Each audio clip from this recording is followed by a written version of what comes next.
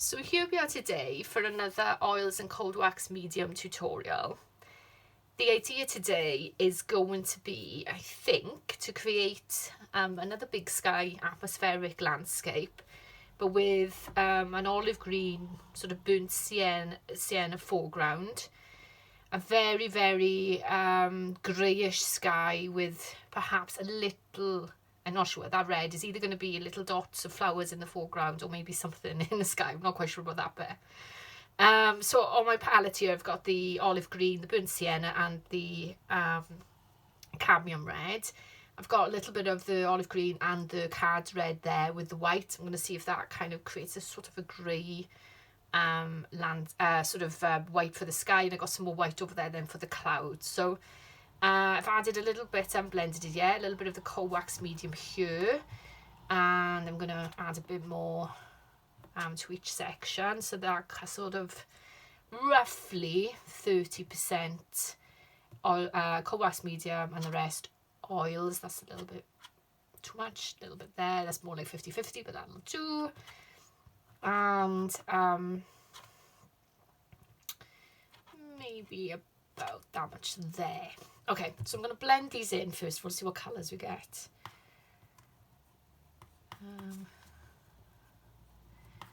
So that definitely looks more salmony than I intended. I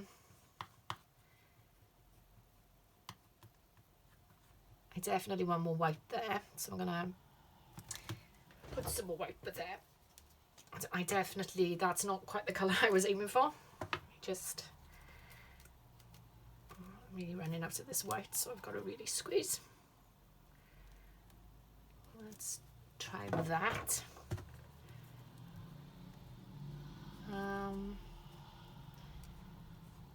Okay, we're gonna put that as the base background then, I think. Yeah, it's not quite like it. It's a sort of a, once again, I end up creating a form of pink.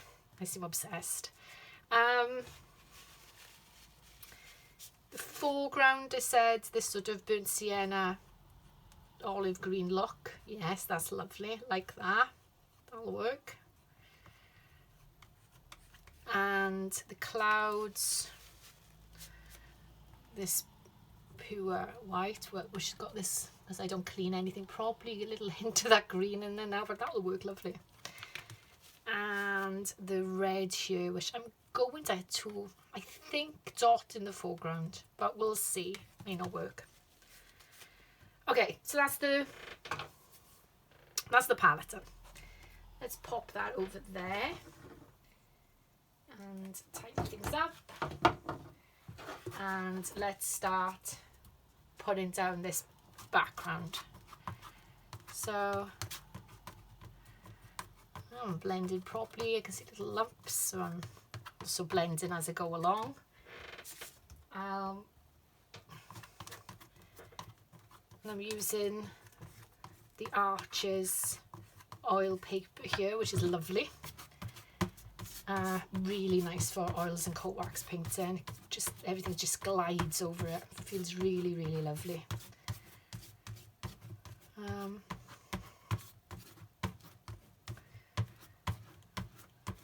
So let's just get some coverage here a minute. My Welshiness will not be denied. Okay.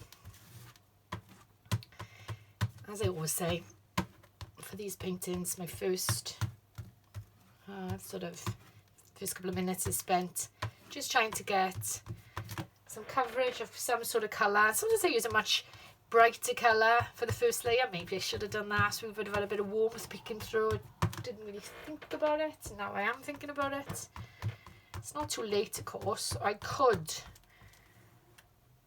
I'm so tempted, but I wanted to stick with 3 colours, but I am sort of tempted to go over with a richer colour and then go over with this colour, but okay, let's just keep it like that for the minute. I'm overthinking it. Right, let's do this foreground. So we want something like that. Now, a lot of people would say, wait for the other layer to dry before you put the new layer down. And I say to that, no, I'm too impatient. I just want to get things down, done, photographed on Instagram. My actual tagline should be the impatient creator. That would be a good one, actually. But yeah, I don't like to wait. I know other people would perhaps get have different things building up, you know, so I have a couple of different paintings on the go, so you could go at one point. I'll just stop this and say, oh, I'll go to another one. And I get that in theory. I've done it, but I would rather just stick with the one and work wet on wet and see where we go. And I like the effects of it. I mean, it's not just me being super impatient and rash. It is the effects that are cool. Speaking of effects, I'm looking for a brush. I'm going to use some rummaging as I try to find, oh yeah, this brush here, a kind of a fan brush, to see what kind of grassy effect I can get with this fan brush. Just very, very lightly. Don't often do that. I'm often just using the Catalyst wedge, but just curious. I quite like that because you've got here at the foreground now this sort of grassy look, and then it goes flat then in the distance as if you're sort of looking further afield. Ooh, like it. The other thing I was thinking of doing, again, rummage. Yeah, here. I've got these little sponges, and I was thinking, could a little sponge, I don't want to ruin this now, be used though to give a sort of a hint of these sort of red flowers in the foreground, which will look lovely against the green. Okay, I'm winging it here now. I don't know if I like that. Do you know, you have got to just go for it sometimes, and if it goes horrendously wrong, with oils and cold wax medium, it's massively forgiving. Like, yes, because of my tendency to work wet on wet, I'm now pulling up the green and not getting the red effect I like. I'm getting an effect though, which might work in its own way. And that's the thing, you try something and it may not work as you wanted or intended, but instead it works in a different way, and I do like to go with that because, yeah, I quite like this for the minute. We'll see. And I'm trying to be quite random. I'm going to stick more red down though. I mean, it's okay to have a kind of a red and whitish look. That looks like sort of like a blend of things. We'll see. So I'm just going to plonk even all that a bit brighter now. So I'm going to try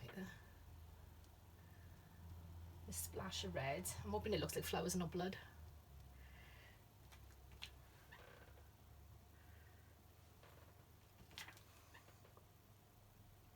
Yeah, and what I was saying, I don't think I finished my thought, that kind of random, so you don't do exactly the same amount, same size, in the same place, you know, you sort of go up and down and have slightly different sizes, and just so that you've got that pleasing randomness, but also the repetition that the eye also needs. It's a tricky balance. Okay, quite like that. So I'm going to try and have a look at the sky now, and just, left green on my, you'll see it there, see what I've done. I should learn, after all this time, to clean my tools. But I don't know, maybe, as I say, these lovely accents, happy accents as Bob Ross would call them, they can sometimes be the bit that surprises you and you end up loving. So, go with it. Keep rolling. So I'm going to lean into it, the green, and see what it does to the sky. I mean, the sky was looking way too flat, so we're going to do more of this anyway. Still looking too flat for me, but I don't like that. It's way too green there though. I'm starting to mutter to myself now, so.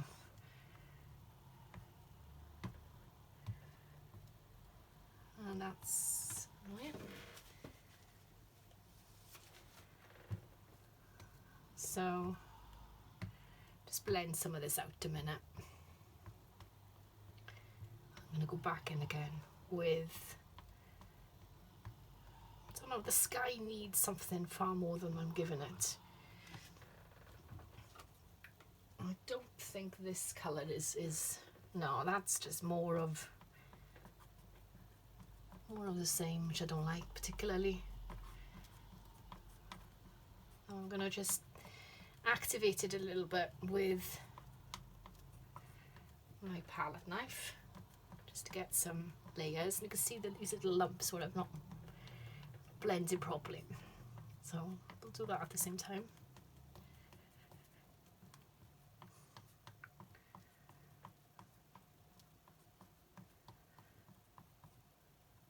You can see I also broke my rule about doing the foreground first, so I'm being hesitant going too low down, which is also a problem. Okay, let's just smoosh that around a bit. If we have to go down, we will, and then we'll rebuild the bottom half. Now I'm liking that sort of very small, interesting textures that I've built up at the bottom. Actually, I quite like this look of the sky with these interesting sort of small, almost jigsaw pieces. But I'm going to get rid of them. It's not really what I'm after, but I do like it. I've seen that in a couple of my paintings.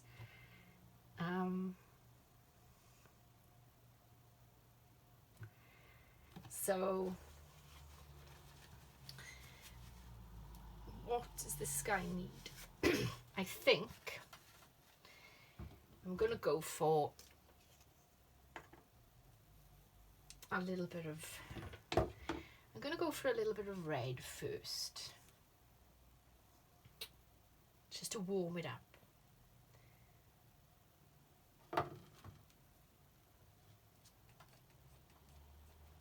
Say red is going to perhaps be a little bit more of a, no, actually I think it is going to be red, yeah.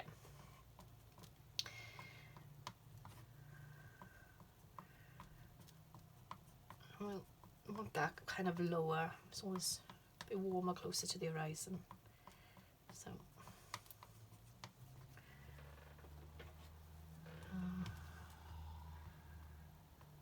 we'll take it right down in a moment. So I'm going to just blend that.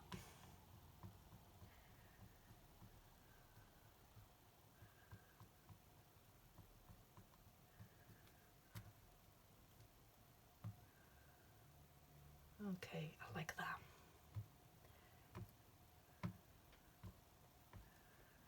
Okay.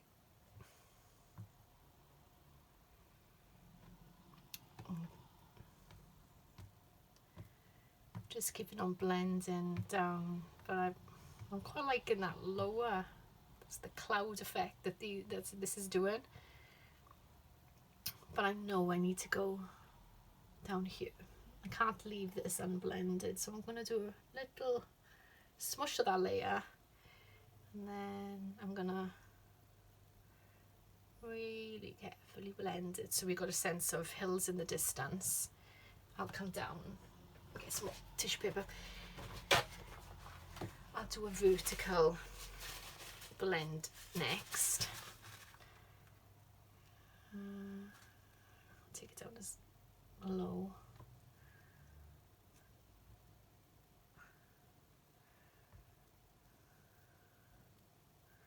Okay, so let's try.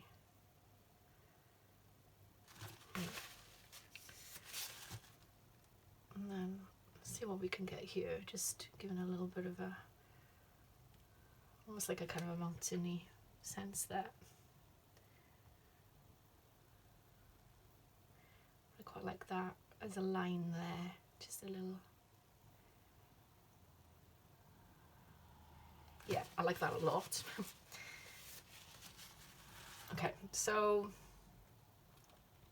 what we want now is just to give this sky more white. I didn't want a pink sky particularly. So just squeeze almost the dregs out of my white.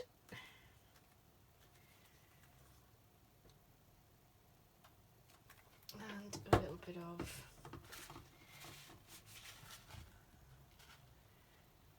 wax medium. Blend them up.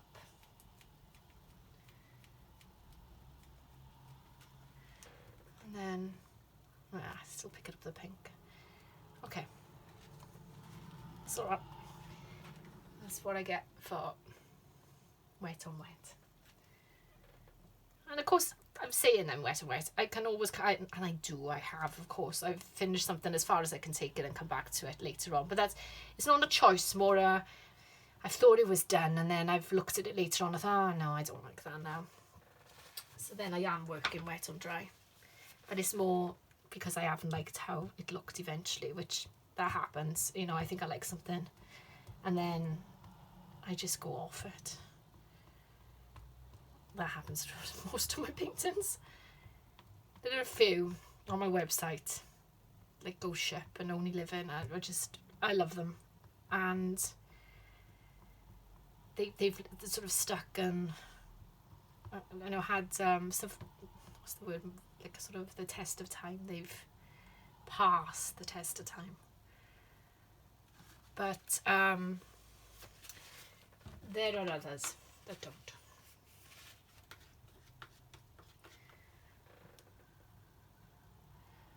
I'll knock back some of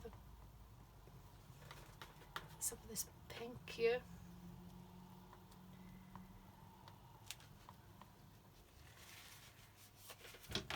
Of course, what you can do is pick up some of this and see what effects you get. That can be interesting too, like this. Dragging it down now, you see. Which I like. So if you're not getting quite the effects you're looking for, it can be helpful if you've got a few different colours on there to start dragging back and scraping off and just seeing carefully what emerges, because those effects can be quite transformative as well. Now I quite like this.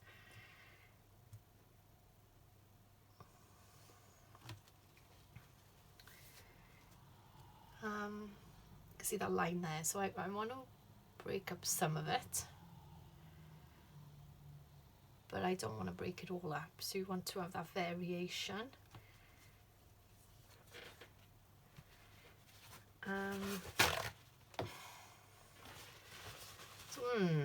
I'm liking that. Will that line there annoy me in the future? Will that line there annoy me? It may not, with the texture of,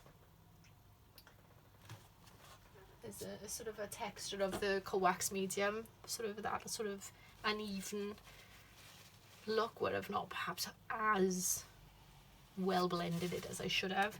Will that annoy me, or will that add a welcome texture? I'm liking the foreground a lot.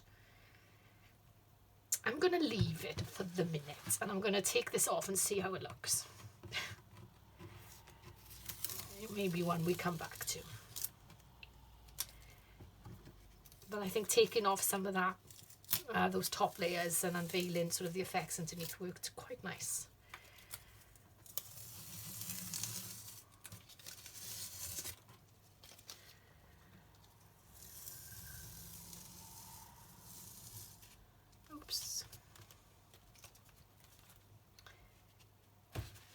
Yeah, I think that's pretty. Not quite what I was intending, but it is pretty.